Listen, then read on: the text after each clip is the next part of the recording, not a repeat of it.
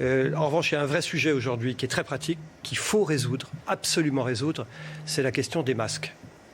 Nous, dans nos hôpitaux, et moi j'ai la chance de travailler dans un grand hôpital qui est l'Assistance publique des hôpitaux de Paris, qui est doté en matériel, en personnes, on n'est vraiment pas les plus mal lotis.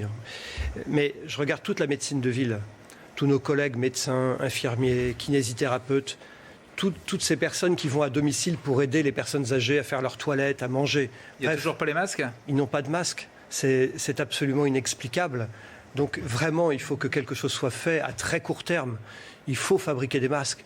C'est ahurissant que dans un pays comme le nôtre, nous n'ayons pas ces masques. Des masques de tissu, on parle de ça. Regardez à Mulhouse, évidemment, ils sont plus qu'engorgés, ils sont submergés. Regardez à Colmar, qui est pourtant un hôpital qui est, je crois, situé dans la zone de défense de Fessenheim, avec donc en théorie du matériel nucléaire, radiologique, bactériologique, chimique, NRBC en nombre. On me dit qu'ils ont des problèmes de ravitaillement de petits matériels, des surblouses, des choses comme ça. Donc ça dépend des hôpitaux. Nous, à Paris, à l'assistance publique, nous ne sommes pas encore débordés puisque nous avons des capacités de lit de réanimation. Mais on observe très clairement que depuis 48 heures, nous avons un doublement des cas de réanimation. Or, il y a un double problème dans la prise en charge de cette maladie.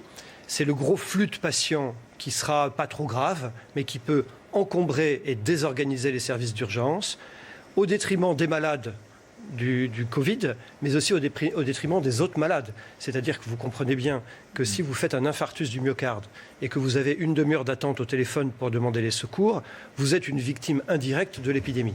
Et puis il y a une deuxième catégorie de patients qui sont les patients les plus graves de cette épidémie, qui eux souffrent en fait d'une pathologie respiratoire, c'est le syndrome de détresse respiratoire aiguë, SDRA, qui, quand il est grave, nécessite des soins extrêmement agressifs de réanimation, très coûteuses en hommes et en personnel, parce qu'il faut retourner les patients, les mettre sous machine, et souvent les ventiler ventilation artificielle sur le ventre. Donc ça demande beaucoup de manipulation.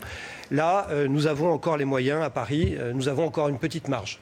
Durée d'incubation, comme vous le savez désormais, de la maladie, c'est de 2 à 14 jours, avec une moyenne médiane aux alentours de 5-6 jours. Donc ça signifie qu'on n'aura de toute façon aucun effet du confinement avant une quinzaine de jours. Donc on peut imaginer qu'il puisse être reconduit.